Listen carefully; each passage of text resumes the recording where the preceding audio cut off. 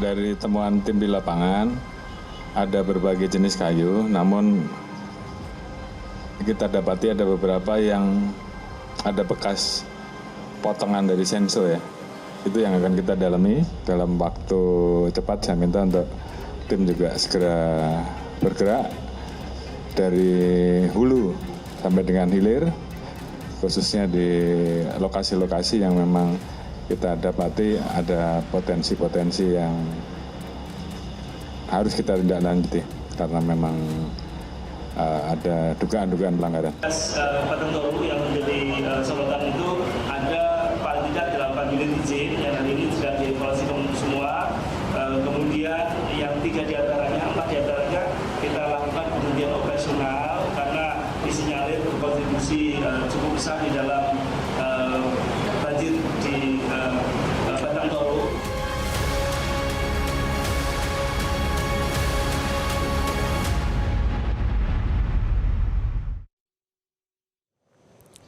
Selamat malam pemirsa, duka untuk Sumatera.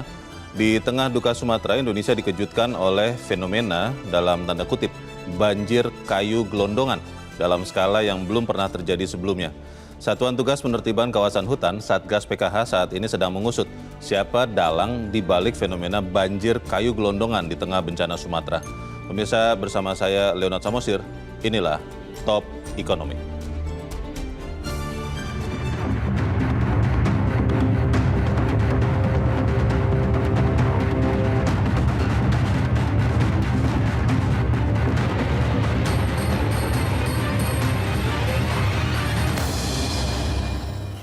Ya pemirsa, memang anomali cuaca di Asia Tenggara telah memicu bencana hidrometeorologi berupa banjir bandang dan tanah longsor.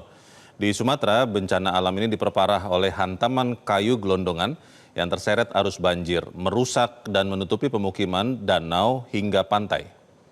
Saat ini pemerintah melalui Satuan Tugas Penertiban Kawasan Hutan Satgas PKH terus menyelidiki siapa saja dalang di balik banjir bandang kayu gelondongan saat banjir besar melanda Sumatera. Satgas PKH ini adalah tim gabungan dipimpin oleh Menteri Pertahanan didampingi Jaksa Agung, Panglima TNI dan Kapolri sebagai wakil.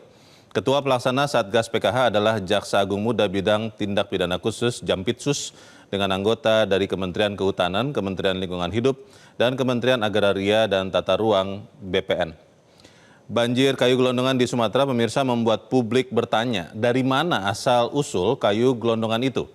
Menurut mantan Kapolda Riau dan mantan Kapolda Sumatera Selatan, Komjen Purnawirawan Ito Sumardi, pengusaha legal maupun ilegal menebang pohon hutan di kawasan hulu, di mana sungai menjadi jalur transportasi utama. Kayu yang bernilai ekonomis tinggi itu diikat dan kemudian disimpan di sungai untuk kemudian ditarik kapal tongkang ke hilir untuk dipotong di penggergajian atau sawmill. Kayu pun siap diperdagangkan, namun banjir besar Sumatera akhir November lalu menghanyutkan kayu-kayu dari sungai ke pemukiman di desa, kota, masuk danau, bahkan sampai ke pantai. Pemirsa, inilah titik sebar lautan gelondongan kayu di tengah banjir bandang Sumatera. Di Sumatera Barat, kayu gelondongan memenuhi pantai air tawar Padang. Gelondongan kayu juga menutup permukaan Danau Singkarak, Solok, Sumatera Barat. Di Sumatera Utara, kawasan Garoga, Batang Toru, Tapanuli Selatan juga dihantam banjir kayu gelondongan. Gelondongan kayu juga hanyut hingga Tuka, Tapanuli Tengah. Di Provinsi Aceh, lautan kayu gelondongan menutup sebagian kawasan di Merede, Pidi. Kemudian lokasi yang banyak direkam kamera media nasional dan internasional adalah gelondongan kayu yang menghantam kawasan Aceh Tamiang. Kayu gelondongan juga ditemukan di beberapa lokasi lain, terutama masih menumpuk di sungai-sungai di 3 provinsi yang terdampak bencana Sumatera. Titik terang status kayu gelondongan muncul dari temuan Satgas PKH di lapangan. Menteri Lingkungan Hidup Hanif Faisal Nurofik menegaskan kayu gelondongan yang terbawa arus banjir bandang adalah kayu yang berasal dari pohon yang sudah berusia lama dan sebagian sengaja dipotong dengan mesin gergaji, bukan pohon tumbang karena tergerus air. Saat ini Satgas PKH dan kementerian lembaga terkait sedang mengidentifikasi siapa dalang di balik banjir kayu gelondongan. Sanksi berat sudah disiapkan, sementara itu pemerintah sudah memberikan sanksi tegas bagi perusak hutan yang diduga menjadi pemicu banjir bandang Sumatera. Kementerian Lingkungan Hidup telah menutup 3 perusahaan yang diduga menjadi pemicu banjir, yaitu PT Agincourt Resources yang adalah anak bagian dari grup Astra, PT Perkebunan Nusantara 3, PTPN 3, dan PT North Sumatra Hydro Energy. Tindakan tegas juga dilakukan Kementerian Kehutanan dengan menyegel 7 institusi yang diduga telah merusak hutan dan mempertimbangkan mencabut hak pengelolaan hutan atau HPH yang dipegang oleh 20 perusahaan di wilayah banjir Sumatera. Pekan ini, satu lagi tindakan tegas diambil Satgas PKH. Sanksi Satgas PKH ini akan kita konfirmasi sesaat lagi apakah ada pihak yang terkait dengan fenomena kayu gelondongan di bencana Sumatera, yaitu tagihan denda 38 triliun rupiah bagi 49 perusahaan sawit dan 22 perusahaan tambang. 49 perusahaan sawit harus membayar denda 9,4 triliun rupiah, 22 perusahaan tambang harus membayar denda 29,2 triliun rupiah. Pertanyaannya pemirsa, siapa dalang di balik lautan gelondongan kayu yang menghantam pemukiman saat terjadi bencana Sumatera? Seperti apa sanksi Satgas PKH terhadap mereka? Top Ekonomi akan kembali setelah yang satu ini, tetaplah bersama kami.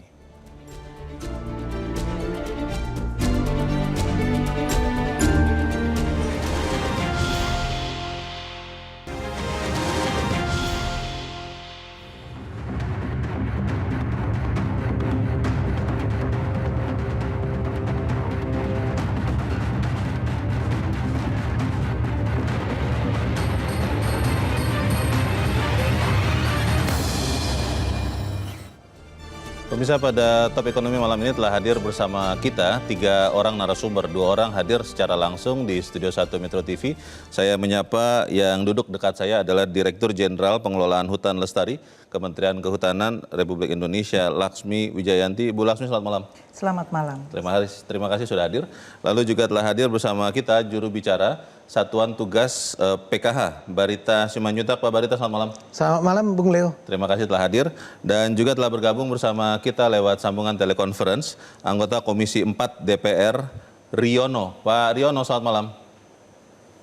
Selamat malam, Mas Tio.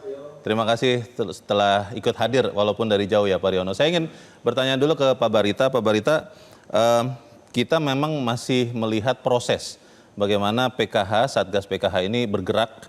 Pertanyaannya Pak, sampai sekarang kita bicara ini, apa temuan terakhir yang ditemukan Satgas PKH, Pak Barita?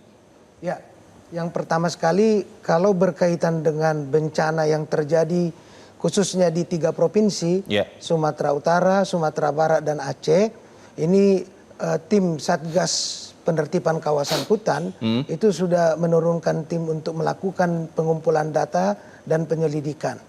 Tentu kemarin dan beberapa waktu yang lalu otoritas kehutanan dan lingkungan hidup juga sudah melakukan hal yang sama. Kita harapkan ini bisa dikoordinasikan dengan cepat, dan apabila ada temuan bukti permulaan yang cukup di mana terjadi pelanggaran pembalakan liar yang mengakibatkan bencana banjir bandang dan tanah longsor, ini akan segera ditindaklanjuti melalui tindakan hukum yang represif.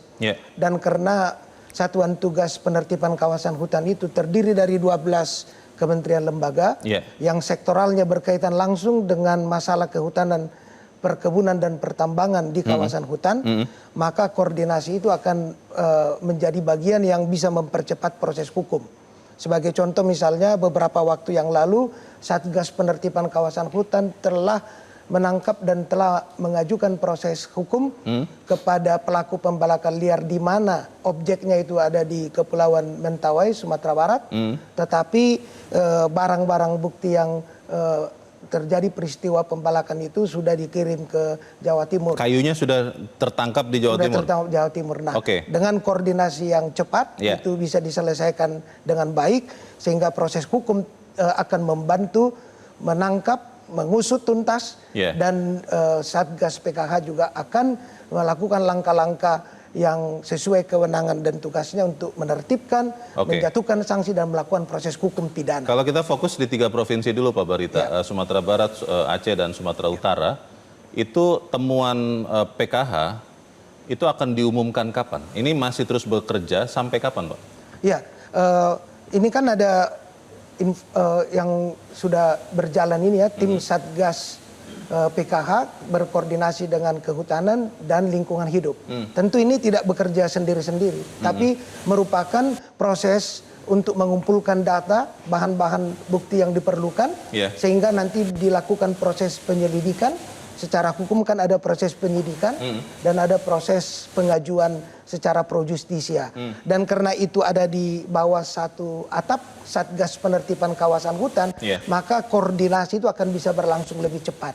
Tentu saja otoritas kehutanan memegang peranan penting untuk menentukan sesuai kewenangannya fakta-fakta, peristiwa-peristiwa yang harus menjadi landasan hukum untuk melanjutkan proses pro justisianya. Demikian juga lingkungan hidup. Sektoral inilah nanti yang menjadi bahan dan referensi utama bagi Satgas untuk menentukan di mana pelanggaran hukum, siapa pelakunya, dan bagaimana untuk diproses secara pro justisia. Terduga pelanggarnya sudah ada, Pak? Terduga pelanggar. Perusahaan yang kan di pemberitaan banyak mengatakan ada perusahaan tambang, ada perusahaan sawit, ada perusahaan yang memang menebang kayu. Itu sudah ketahuan atau belum? Ya tentu saja kalau yang memiliki izin ataupun yang ditemukan di lapangan itu nanti akan dikoordinasikan dengan otoritas terkait. Misalnya Kehutanan Lingkungan Hidup akan memberikan informasi yang sinkron dengan apa yang dibutuhkan. Tapi maksud saya perusahaan yang terduga itu sudah ketahuan ya? Ini kayu-kayu yang ketemu di sungai, di tanah ini sudah ketahuan ini kira-kira dari mana begitu? Ya kan sudah ada yang terdaftar, kemudian dilakukan pengecekan dan itu sudah ada temuan data awal sementara, sudah ada beberapa perusahaan itu. Tapi tentu akan didalami sesuai dengan informasi otentik dari Kehutanan dan Lingkungan Hidup untuk melanjutkan proses penyidikannya. Baik, saya ingin ke Bu Laksmi dulu. Bu Laksmi, ini terkait dengan kayu yang sempat disebutkan di awal adalah kayu lapuk, tapi kalau kita lihat gambar, foto, video di banyak tempat, itu ada kayu gelondongan yang bersih sekali, yang rapi. Lalu bahkan di beberapa kayu itu ada cat yang menunjukkan angka-angka, disebut-sebut tuh nomor seri. Itu sebetulnya kayu legal atau kayu ilegal diduganya, Bu? Kalau kita bicara di lokasi bencana saat ini. Kita fokus di 3 provinsi ini dulu. Siap. Jadi sekarang angle dari yang sedang turun di tim kami untuk menyelidiki dan memproses itu adalah atas dasar dugaan soal identitas. Maka yang kita dalami adalah satu tentunya kayu yang memang legal, kita sebut legal itu adalah karena dia punya izin untuk dimanfaatkan. Kemudian kita juga duga dari yang tentunya tidak memperoleh izin. Tetapi juga tidak sesimpel kemudian apakah ini dimanfaatkan karena untuk kepentingan pengambilan kayunya. Tapi juga ada mekanisme di mana dia ditebang untuk atas alasan misalnya land clearing. Nah itu juga pembukaan lahan ya? Pembukaan lahan. Kemungkinan untuk sawit? Ya bisa saja kan biasanya di sana itu ya? Ya ada tambang, ada kegiatan yang lainnya itu biasanya dilakukan. Semua itu kita sudah identifikasi berdasarkan pantauan awal dan sekarang didalami satu persatu untuk kita pastikan bisa melihat itu nanti sumber-sumbernya dari mana dan kita bisa rekonstruksi pelanggaran-pelanggarannya. Tapi terduganya sudah ketahuan, Bu, kira-kira? Ini kita belum bisa bilang karena memang sedang berproses, tapi terduga asal muasal kayu-kayu ini, perusahaannya mana, kawasan hutannya mana, itu sudah ketahuan? Tentu saja, kami pasti sudah punya gambaran bayangan dan tim kita yang turun ke sana adalah mengikuti hipotesis awal itu dan dilakukan pembuktian di lapangan. Kementerian Lingkungan Hidup, Bu Dirjen sudah menutup sementara ya 3 perusahaan. Tadi saya sudah sebutkan juga ada PT Agincourt Resources, ada PT PN3, ini punya negara malah. Ada PT North Sumatra Hydro Energy, PLTA Batang, Toru. Itu juga katanya akan ada 20 HPH, Bu Laksmi, akan dibekukan. Benar apa bagaimana itu, Bu? Gini, langkah kami untuk di wilayah bencana.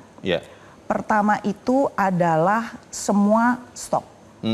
Semua aktivitas untuk pemanfaatan, penebangan, pengangkutan stop.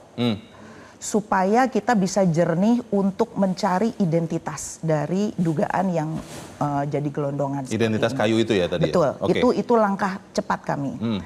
Nah, kalau kita bicara soal pencabutan HPH, itu adalah dalam rangka kebijakan luas ketika kita melihat bahwa HPH, kita sebutnya sekarang PBPH ya, itu kinerja dan dugaan pelanggaran-pelanggaran. Tapi perlu ada yang saya luruskan, 20 yang disebutkan itu tidak semuanya berada di 3 provinsi itu. Itu juga termasuk yang lain. Ada bagian di dalamnya yang di 3 provinsi ini. Itu yang ada bagian di dalam 3 provinsi. Dari 20 itu berapa? Separuh atau bagaimana, Bu? Ya, nanti kita akan ada informasi lebih lanjut soal itu. Kalau kita melihat Kementerian Lingkungan Hidup, Bu Laksmi sudah mengatakan bahwa ini kayu-kayu hasil tebangan, bukan kayu yang terhantam banjir lalu roboh dalam posisi hidup, kena banjir lalu roboh. Ini adalah kayu hasil tebangan. Kalau Kementerian Kehutanan melihat hal yang sama atau bagaimana, Bu? Di 3 provinsi ya, kita fokus di 3 provinsi dulu, Bu. Iya, kita jelas melihat bahwa itu ada tipe-tipe jenis-jenis yang macam-macam. Gelondongannya ada, tebangan ada. Kita juga harus akui ada juga yang memang dia longsoran, itu tercabut dan sebagainya. Dan kemudian kita lihat juga, ya intinya adalah dua-duanya itu terdata begitu, sehingga kemudian sama lah sebetulnya kita berangkatnya dari situ. Tinggal kita cari sekarang identitasnya untuk kita bisa data. Masyarakat kan awam ya, Bu, terkait dengan pohon termasuk kayu gelondongan. Tapi kalau dari temuan teman-teman kehutanan di 3 provinsi, Sumatera Utara, Aceh, Sumatera Barat, itu kalau melihat kayu gelondongan kan bisa kita lihat lah ya, bersih begitu, Bu, tidak ada kulit kayunya, tidak ada batang dahan dan ranting. Itu masih dalam jumlah normal, maksudnya karena memang longsor, banjir bandang, atau memang itu kemungkinan adalah pohon-pohon yang sudah dipotong, tapi belum sempat turun ke bawah, belum sempat dilalukan lewat sungai, dan kena hantam banjir bandang ikut turun. Itu adalah logika yang saya kira make sense ya. Jadi mekanisme menebang, karena menebang itu butuh banyak sumber daya, itu tidak kemudian dia tebang langsung diangkut.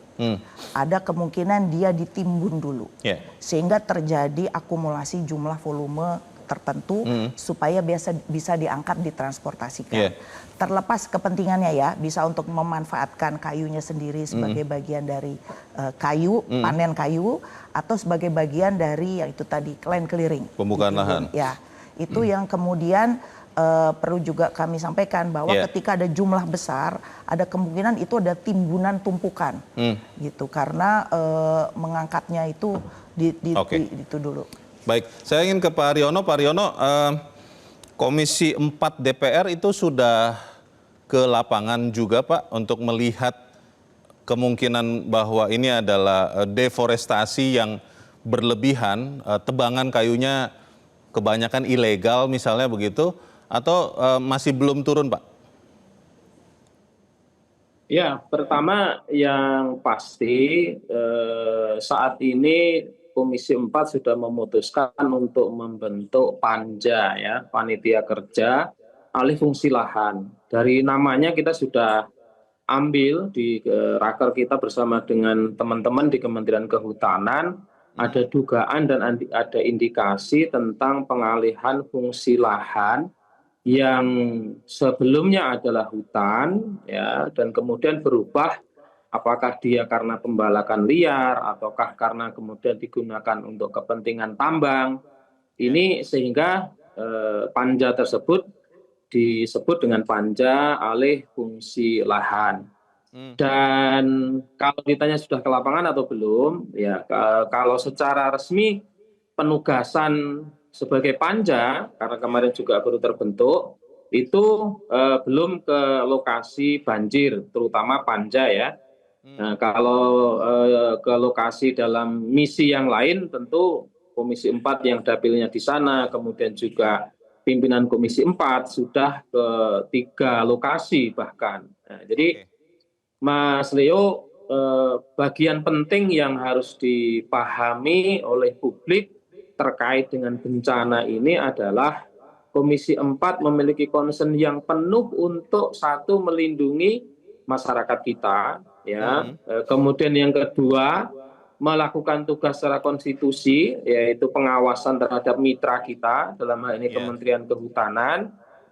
Apakah sudah melakukan pengawasan, kemudian perencanaan, dan sekaligus juga melakukan tindakan-tindakan yang penting dalam rangka mencari akar dari bencana yang terjadi secara kasat mata berkaitan dengan banyaknya lok-lok kayu yang menjadi perhatian publik yang luas.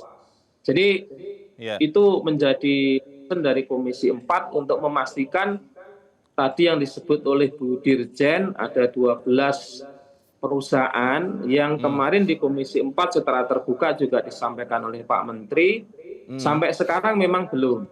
Ya, dan akar utama dari bencana itu apakah betul-betul memang karena pembalakan liar, apakah karena alih fungsi lahan, apakah karena pertambangan, itu belum disampaikan secara resmi di dalam laporan teman-teman kehutanan. Pak Riono, apakah sambil menunggu hasil penelitian investigasi dari Satgas PKH khususnya ya Pak, apakah DPR Komisi 4 akan meminta moratorium pembukaan lahan? Karena di dalam pemberitaan itu ada balok-balok kayu yang setelah banjir bandang itu digotong itu Pak menggunakan kendaraan. Ini harus dihentikan dulu semua atau bagaimana DPR melihatnya Pak Riono? Jelas Mas, di hasil raker kita dari 8 poin itu adalah meminta untuk menghentikan semua penebangan hutan yang terjadi di 3 provinsi tersebut. Total dari izin-izin pemanfaatan kawasan hutan yang diberikan izinnya dari pemerintah pusat, terutama teman-teman Kementerian Kehutanan. Dan memang ini sampai kemudian kawan-kawan di Komisi 4 tegas mengatakan kepada Pak Menteri, hentikan semua penebangan kayu, baik itu yang sifatnya legal ataupun apalagi yang ilegal, termasuk di dalamnya adalah berkaitan dengan pembukaan lahan untuk kepentingan yang lain di luar fungsi kehutanan. Dan tentunya Komisi 4 atau DPR Pak Riono akan bekerja sama erat ya dengan Satgas PKH ya, supaya tidak memboroskan sumber daya kan Pak. Satgas PKH sudah di lapangan ini, bagaimana Pak Riono? Pasti ya, jadi Satgas PKH yang sudah dibentuk sebelum terjadinya bencana, kami di Komisi 4 yang kemarin sudah membentuk panja, dan nanti kita berikan waktu sampai masa sidang pembukaan di 12 Januari. Harapan kita nanti teman-teman Kementerian Kehutanan sudah dapat dan sudah bisa mengumumkan apakah nanti bersama dengan PKH 12 perusahaan yang diduga kuat melakukan pelanggaran sehingga mengakibatkan bencana ini. Baik, Pak Barita, tadi kita belum dapat jawaban. Ada target tidak Pak hasil kerja dari Satgas PKH ini? Karena ya saat ini kan kita sambil membantu saudara-saudara kita di 3 provinsi, penyelamatan nyawa itu diutamakan, tapi kan kita juga ingin menggunakan momentum ini untuk perbaikan. Ada target pengumuman hasil PKH, lalu tindakan selanjutnya, atau memang masih belum tahu Pak? Enggak, itu sudah pasti karena data-data yang sudah dilakukan melalui serangkaian tindakan penyidikan, di kita itu sudah ada daftar dari perusahaan-perusahaan yang selama ini beroperasi di sana. Tinggal kita mengkonfirmasi temuan-temuan lapangan dari berbagai sumber, dari khususnya Kementerian Kehutanan dan Lingkungan Hidup, serta alat bukti yang cukup untuk menyeret para pelaku-pelaku kejahatan yang mengakibatkan secara langsung maupun tidak langsung bencana ini untuk bertanggung jawab secara hukum. Satgas PKH tidak main-main karena sudah turun tim. Tapi kita tentu tidak bisa mendahului proses hukum karena kita harus berangkat dari alat bukti yang kuat. Jadi Bung Leo, dalam proses penyidikan itu dikenal ada penyidikan, alat bukti yang cukup untuk menentukan tersangkanya. Tersangkanya itu baik korporasinya maupun orang pribadi. Ini semua sudah komitmen untuk segera diselesaikan dengan cepat karena di sana ada Kepolisian Republik Indonesia, ada Kejaksaan, ada Kehutanan, ada Agraria Tata Ruang, kemudian ada Lingkungan Hidup dan ada BPKP juga.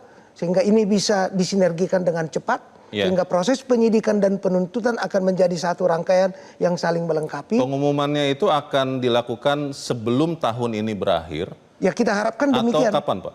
Kita harapkan demikian karena kita tidak main-main sesuai dengan perintah di Perpres 5 tahun 2025 untuk segera melaksanakan langkah-langkah yang berujung pada proses pertanggungjawaban hukum yang tadi kita katakan apabila alat buktinya sudah cukup dan semuanya sudah dinilai layak dan memadai akan dilanjutkan ke proses hukum pidana. Baik, kita harus jeda dahulu Bapak-Bapak dan Ibu, dan pemirsa tetap bersama kami Top Ekonomi segera kembali.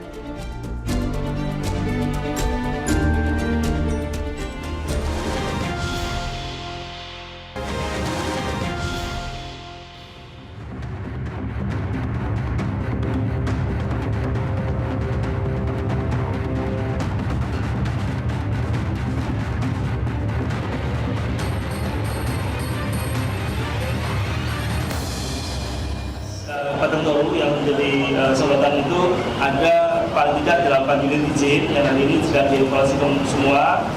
Kemudian yang 3 diantaranya, 4 diantaranya kita lakukan kemudian operasional karena disinyalir berkontribusi cukup besar di dalam banjir di Pateng Toru. Nah, ini sedang kita lakukan penanganan serius. Di antaranya yang akan kita tempuh adalah dengan audit lingkungan, kemudian sengketa lingkungan hidup dan pembenahan pidana dari 3 atau 4 unit. Nanti kita lihat dulu perkembangannya.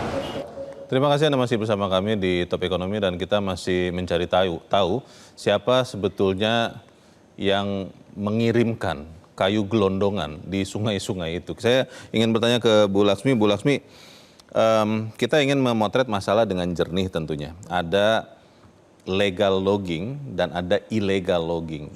Dan kalau temuan dari teman-teman kehutanan di 3 provinsi ya Bu, kita fokus di situ, itu lebih banyak yang ilegal atau legal logging? Kalau tanya suruh bandingin, tentu saya tidak bisa memberikan gambaran ukuran. Tapi kami sejak awal tahun 2025 itu mensinyalir ada tindakan ilegal yang kemudian menumpang pada proses-proses yang legal. Kami sebut pencucian. Salah satu langkah yang kami lakukan waktu itu adalah menghentikan layanan penatausahaan pada yang disebut dengan PHAT, pemilik hak atas tanah. Ini adalah skema penebangan kayu di areal kayu alam, di areal di luar kawasan hutan, atau kita sebut APL. Kalau sebagai contoh saja, di Sumatera Utara itu jumlah PHAT itu ada 141. Kalau kita bicaranya hanya PBPH yang legal, itu hanya di Sumatera, total Sumatera Utara, Sumatera Barat, dan Aceh itu adalah hanya 24. Sementara satu provinsi kita ada PHT ada yang 141, lebih. Ada 70 dan sebagainya. Jadi, tapi kalau kita bicara volume, saya belum bisa jawab. Itu komposisinya mana legal mana ini. Tapi keinginan kita untuk bisa memperbaiki tata kelola soal ilegal ini memang sudah jadi salah satu fokus kita. Ada pertanyaan dari masyarakat, Bu Dirjen, bahwa ini kenapa baru ditindak setelah terjadi bencana? Ada yang berandai-andai mengatakan begini, ini kalau tidak ada hujan besar, tidak ada siklon Senyar, tidak ada longsor, tidak ada banjir bandang, berarti kawasan hutan di Sumatera itu, terutama 3 provinsi itu, tidak ditindak dong. Bagaimana Bu? Sebetulnya tidak tepat juga. Kami itu sudah melakukan langkah-langkah. Tapi betul kejadian yang sebetulnya membuat kami prihatin ini ya, bencana begini besar, itu menjadi urgensi dan scale up kegiatannya menjadi dipercepat. Jadi kalau kita lihat seperti tadi kami sampaikan, dugaan bahwa dia illegal logging sudah terjadi. Pak Barita tadi menyampaikan yang di Sumatera Barat, itu sudah berjalan. PKH juga selama 2 tahun ini kan juga antara lain itu pekerjaannya. Jadi kami ingin menekankan kepada masyarakat, mohon maaf tentu apabila rasanya seperti kita kurang tanggap. Tapi proses ini sebetulnya sudah berjalan. Sudah berlangsung sebelum bencana? Bahkan sebelum bencana, betul. Dengan ada bencana akan lebih tegas, akan lebih berani, akan lebih cepat atau bagaimana, Bu? Ya tentu saja ini empati Pak. Kalau sudah kerusakannya seperti ini, kami pun juga mengevaluasi sendiri ini tata kelola kita, cara pengawasan kita, cara penegakan kita berarti memang harus scale up dengan urgensi yang sudah jauh berbeda. Oke. Pak Barita, dari temuan teman-teman PKH, Satgas PKH di lapangan, penebangan hutan, penebangan pohon, itu sporadis Pak, pengusaha-pengusaha kecil-kecil, atau memang mayoritas adalah perusahaan-perusahaan besar. Ada disebut-sebut ini perusahaan yang menambang emas. Ada yang disebut-sebut menanam eukaliptus. Ada yang membuka lahan, tadi kata Bu Dirjen, yang disebut-sebut adalah untuk membangun kebun sawit. Benar apa benar Pak itu? Ya itu sama dosanya kan. Mau untuk apapun itu, faktanya dia melakukan itu dengan mengenyampingkan regulasi, pertanggungjawaban sosial, dan ini yang akan dikejar. Jadi ini penebangannya memang bukan kecil-kecil ya, bukan rakyat, bukan sporadis ya, memang perusahaan besar. Memang perusahaan besar. Kalau kita lihat ya dari temuan-temuan awal ya, sebab seberapa kuatkah kalau dia individu pribadi, tapi jangan juga lupa ada juga oknum-oknum tertentu yang atas nama pribadi ya melakukan atau mengumpulkan, sehingga ini juga banyak sporadis terjadi berdasarkan temuan itu. Nah inilah sebabnya kita harus cermat, hati-hati dan komprehensif agar tidak ada yang lolos. Pertanggungjawaban hukum terhadap pelanggaran itu harus dilakukan. Nah itu tindakan yang sekarang dinantikan rakyat. Sebab orang yang sudah terkena bencana tentu pertanggungjawaban yang bisa diberikan negara adalah menjatuhkan sanksi dan memproses siapa yang bertanggung jawab. Serta memastikan hal tersebut tidak boleh terulang lagi. Tata kelolanya diperbaiki, pengawasannya disempurnakan. Inilah bagian dari roadmap ya Satgas untuk melakukan fungsi-fungsi sesuai dengan kewenangan yang dimiliki Bung Leo. Di pemberitaan Pak Barita disebut-sebut bahwa, saya sebut inisialnya saja ya, karena ini kan masih terduga ya. Ada PT AR dan PT TPL yang mengcounter dugaan itu. Mereka mengatakan bahwa mereka bekerja sesuai dengan aturan-aturan hukum, aturan-aturan legal. Itu bagaimana Pak? Ya kita juga tentu akan memverifikasinya dengan peraturan. Dengan konfirmasi kepada dokumen-dokumen perizinan, dokumen-dokumen usaha, audit lingkungannya. Ya inilah sebabnya lintas sektoral ini harus jalan. Sebab kompetensi itu ada di kehutanan, ada di ATR, ada di BPN lingkungan hidup. Nah semua ini harus bekerja sama. Kita kan punya data, kita cross check, kita lihat, kita evaluasi, kita audit sudah benar enggak. Sebab penegakan hukum itu kan dilakukan landasannya hukum juga Bung Leo. Jadi kalau di sana mengatakan kami punya itu, kita juga sebagai berproses hukum saja akan menyajikan data yang dapat kita tanggungjawab karena prinsipnya bekerja berdasarkan regulasi aturan. Dan dengan itu semua akan transparan dan objektif. Baik, Pak Haryono, kalau kita sudah menyematkan kata mafia dalam hal apapun ya, biasanya susah sekali dilawan karena mafia sendiri kan kata-kata itu sering disandingkan dengan gurita. Kalau Anda lihat dalam kasus bencana yang menimpa 3 provinsi terujung Sumatera ini Pak Haryono, kita akan bisa melihat mafia kalau memang benar ada ya, itu bisa benar-benar ditindak, negara memang hadir, atau jangan-jangan seperti sekian kasus yang menyematkan kata mafia lagi, akhirnya kita lupa karena waktu berjalan Pak Haryono. Bagaimana Pak? Saya rasa ini kita ada keseriusan bersama ya berkaitan dengan penindakan dan sekaligus pengusutan terhadap bencana ini. Ya, mungkin kita ambil contoh kasus pagar laut kemarin ya, dan terbukti kan siapa yang kemudian menjadi pemainnya, siapa yang menjadi aktornya, dan kemudian sekarang juga proses hukum. Tentu Pak Barita, Bu Laksmi punya data dan kami di DPR sebagai fungsi kontrol pengawasan melalui Panja yang memiliki tugas juga menyelidiki, kemudian nanti menganalisa, kemudian nanti memberikan rekomendasi ini menjadi bagian yang tidak lepas dari untuk menyampaikan kepada publik, jangan sampai kemudian publik punya asumsi, oh ternyata yang ditindak adalah mereka-mereka yang mungkin kelasnya kelas teri kayak begitu. Ya, kita sampaikan di Komisi 4, tidak pandang bulu mau bintang 1, bintang 2 atau bintang berapapun. Kemarin Ibu Ketua juga sampaikan, kita minta untuk kemudian ditindak tegas. Ya, karena apa? Ya, ini adalah bencana nasional. Menurut kami bencana yang cukup serius.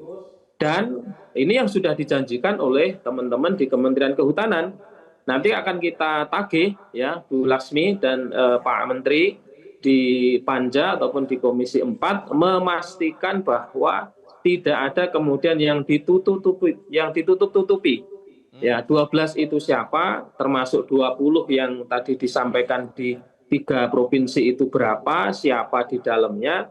Saya rasa ini menjadi komitmen dan sekaligus juga menjadi bagian penting untuk diungkap kepada publik. Tetapi Mas Leo, mungkin dalam konteks yang lebih makro ya, kenapa kemudian Komisi 4 punya agenda besar sebelum adanya bencana ini adalah perubahan Undang-Undang 41/99 tentang kehutanan. Dan juga jangan lupa bahwa izin usaha berisiko yang sekarang menginduk kepada Undang-Undang 6/2023 tentang Cipta Kerja bisa jadi menjadi salah satu penyebab kemudian orang melakukan pemanfaatan kawasan hutan dengan balutan yang legal tapi melakukan tindakan-tindakan ilegal yang saya rasa tidak setahun 2 tahun dan kemudian terjadi bencana begitu dahsyat. Mungkin itu praktek itu sudah terjadi mungkin ya bisa jadi 5 tahun berjalan seperti itu.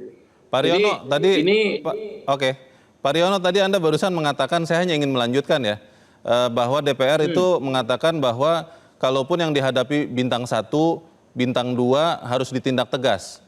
Kalau yang dihadapi bintang 3 atau bintang 4, Pak, itu bagaimana? Sama Mas, saya hanya mengulangi yang disampaikan oleh Ibu Ketua Komisi ya, bahwa Komisi 4 akan bersama dengan Kementerian Kehutanan memastikan siapa yang menjadi aktor dan menjadi penyebab bencana, apakah itu korporasi ataukah kemudian juga perorangan. Sama tadi yang disampaikan oleh Pak Barita, ya kita harus tindak tegas. Karena ini sudah luar biasa bencana yang terjadi. Baik, kita harus jeda dahulu Pak Riono, Pak Barita, dan Bu Laksmi, dan pemirsa tetap bersama kami. Top Ekonomi, segera kembali.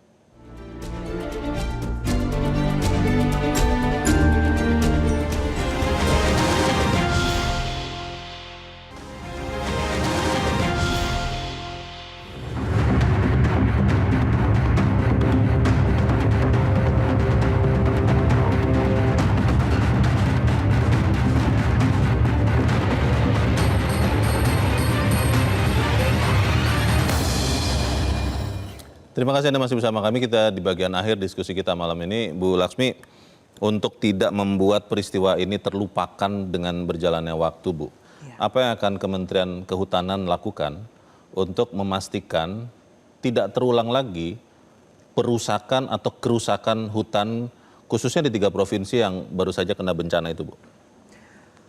Pertama adalah kami pastikan tata kelola kita perbaiki. Karena kami mulai dari evaluasi semuanya. Tadi kita sebut PBPH ada ujungnya pencabutan, itu sebetulnya karena kami akan evaluasi semuanya tanpa kecuali. Jadi itu yang kami tegaskan kembali soal itu. Kemudian yang kedua, kita lihat kembali regulasinya. Bagaimanapun juga kejadian yang ekstrim, bencana karena cuaca ekstrim, itu menandakan saatnya juga kita evaluasi. Tadi juga sudah diangkat oleh Pak Riono. Mungkin sistem regulasi kita sudah mulai tidak cocok atau kurang bisa mengikuti adaptasi situasi seperti ini. Ini mungkin pengaruh cuaca dan sebagainya kan climate change dan sebagainya. Jadi kami sangat serius untuk melihat kembali mekanisme, termasuk pada saat kami memberikan izin, mengawasi, membuatkan SOP, itu betul-betul kami evaluasi ulang sekali dan dengan ini. Yang ketiga tentu saja kami harus sekarang membuat mekanisme bagaimana ketika terjadi kejadian bencana luar biasa seperti ini. Seperti contohnya effort kita juga harus secara bersama untuk membantu pemulihan. Tetapi di sisi yang lain kita juga pastikan proses ini bebas dari risiko penumpangan. Jadi misalnya ada kayu-kayu yang menyebar, kita sudah sampaikan dapat dimanfaatkan untuk konstruksi kembali, dimanfaatkan untuk membangun sarpras. Tapi pada saat bersamaan kami tidak ingin ini ditumpangi oleh kegiatan ilegal atau pencucian atau kita sebut seperti itu. Tidak boleh lok-lok itu kemudian ada yang ngambil begitu? Selain untuk rekonstruksi atau perbaikan itu? Ya tentu saja, apalagi kemudian dijual, itu lebih tidak tepat lagi. Ada yang mengawasi di lapangan, Bu? Karena dari Jakarta ke sana kan jauh. Kita semua kolaborasi. Yang jelas dari kami sudah mengeluarkan surat edaran. Semua yang penting itu prosesnya adalah berhenti dulu nih semua source-nya. Ya, mau yang PBPH maupun yang sambil ini penyelidikan juga kan, maupun yang dari PHAT maupun yang land clearing kegiatan non kehutanan, berhenti dulu. Mau nebang, mau ngumpulin, mau ngangkut. Nah, kemudian mari kita resources-nya, energinya adalah untuk membantu pemulihan melalui bencana pemanfaatan kayu-kayu tersebut. Sambil kemudian kita pastikan bahwa ini tata kelola kita perbaiki, kita evaluasi menyeluruh. Itu sebetulnya yang bisa kita sampaikan pada saat ini. Oke, terima kasih Bu Lasmi. Pak Barita, tentunya apa yang dikerjakan oleh Satgas yang Anda masuk di dalamnya PKH ini Pak, sangat dinanti-nantikan semua. Karena betul kita ingin menertibkan penggunaan hutan, tapi kan juga tetap harus menghormati hukum. Kalau kemudian perusahaan-perusahaan yang mengaku legal dan bekerja sesuai dengan aturan-aturan hukum, kan harus juga dijamin hak-haknya. Pertanyaannya, apakah itu bisa dilakukan dalam waktu yang, ini kan berkejaran dengan waktu Pak? Atau seperti apa PKH melihatnya? Ya, yang pertama sekali tentu Bung Leo jangka pendek. Ini sangat mendesak. Penyidikan dan penuntasan siapa yang bertanggung jawab terhadap bencana ini yang bersumber dari penyimpangan terhadap penggunaan perizinan atau pengelolaan secara liar dari sumber-sumber kehutanan yang digunakan untuk perkebunan maupun pertambangan. Itu jangka pendek. Kemudian karena itu penting untuk menjawab pertanyaan dan kekecewaan masyarakat itu, negara tentu harus tampil untuk memberikan perlindungan hukum dalam bentuk siapa yang bertanggung jawab. Yang kedua, tadi yang sampaikan Bu Lasmi saya kira tepat, tata kelolanya. Di dalam regulasi kita jangan sampai ada celah kerawanan yang digunakan ya secara masif untuk mendapatkan keuntungan secara tidak sah. Maksudnya seperti apa itu Pak? Ya misalnya satu data ya, one map polisinya. Petanya? Petanya, sehingga peta kawasan hutan itu sama di semua kementerian lembaga. Saat ini beda? Ya, tentu yang kita harapkan bisa satu dengan basis informasi geospasial. Nah itu harus bersumber pada data saintifik. Nah kita menuju ke sana sehingga secara sistem tadi tentu kita tidak mungkin mengawasi orang perorangan, tapi secara sistem bisa dideteksi lebih cepat. Apabila ada indikasi penggundulan hutan, ada hutan yang dikelola secara tidak sah, ada penebangan hutan, itu kan bisa kelihatan dengan citra satelit yang efektif. Nah itu akan menjadi satu langkah-langkah peta yang dilakukan. Yang ketiga, penyempurnaan regulasi itu untuk dan dipastikan dilaksanakan. Jadi penertiban ini adalah juga mencakup perencanaannya dibenerin, kewajiban-kewajiban regulasi, audit yang selama ini digunakan kembali dipastikan bahwa itu benar, sehingga seluruh instrumen korporasi tadi disinggung, tidak perlu khawatir investasi bisnis, tapi kita pastikan menundukkan korporasi dan bisnis pada aturan regulasi. So itulah yang menjamin kepatuhan itu. Dan hasil PKH akan kita ketahui sebelum akhir Desember ini tahun ini ya Pak? Sebagai informasi terakhir, saat ini sampai hari ini 3,8 juta kawasan hutan sudah kembali kepada negara. Nah kita harapkan Desember ini bisa tercapai 4 juta hektar. Baik, Pak Riono, ini kan kalau nanti ada perusahaan yang ditindak karena melanggar peraturan, kan it takes two to tango, Pak. Ketika dia melanggar peraturan, biasanya akan ada oknum pemerintah atau dinas atau kementerian yang juga membiarkan pelanggaran itu terjadi. Apakah itu juga nanti akan diungkap oleh DPR atau seperti apa, Pak Riono? Iya, jadi secara khusus ya berkaitan dengan tugas Panja tentu adalah melakukan dan mengungkap sampai memberikan rekomendasi ya, sekaligus juga nanti mengawasi pelaksanaan tadi yang disampaikan oleh Bu Laksmi, sejauh mana kemudian kita menjawab keraguan publik dan sekaligus juga menyampaikan kepada publik tugas dan fungsi teman-teman di Kementerian Kehutanan dan kami di DPR itu bisa terlaksana semaksimal mungkin ya. Lintas sektor, lintas stakeholder ya, termasuk di dalamnya adalah kementerian, kemudian ada pemerintah daerah, kabupaten dan provinsi, tentu menjadi satu kesatuan yang bisa dimintai ya penjelasan oleh Panja ya, di dalam hal ini Panja alih fungsi lahan ya, sehingga mudah-mudahan ya kami sampaikan kembali ya, kalau Satgas PKH bisa akhir Desember ya, tentu ini adalah menjadi pemicu juga buat teman-teman di Komisi 4 terutama di Panja untuk secara detail dan sekaligus juga gamblang nanti mengetahui akar permasalahan dari bencana ini versi lingkungan, khususnya pengelolaan kawasan hutan itu pembalakan dan kemudian pemanfaatan secara ilegal, masyarakat menjadi tahu, oh ternyata memang tata kelola kita masih perlu banyak yang kita perbaiki. Kita harap apa yang kita bicarakan di sini, Pak Riono, Pak Barita, dan Bu Laksmi, benar-benar menjadi bagian dari kebijakan yang akan segera diambil. Terima kasih Pak Riono, Pak Barita, dan Bu Laksmi. Dan pemirsa, terima kasih Anda sudah bergabung bersama kami. Saksikan kembali Top Ekonomis Selasa pekan depan. Saya Leonard Samosir, terima kasih. Selamat malam, sampai jumpa.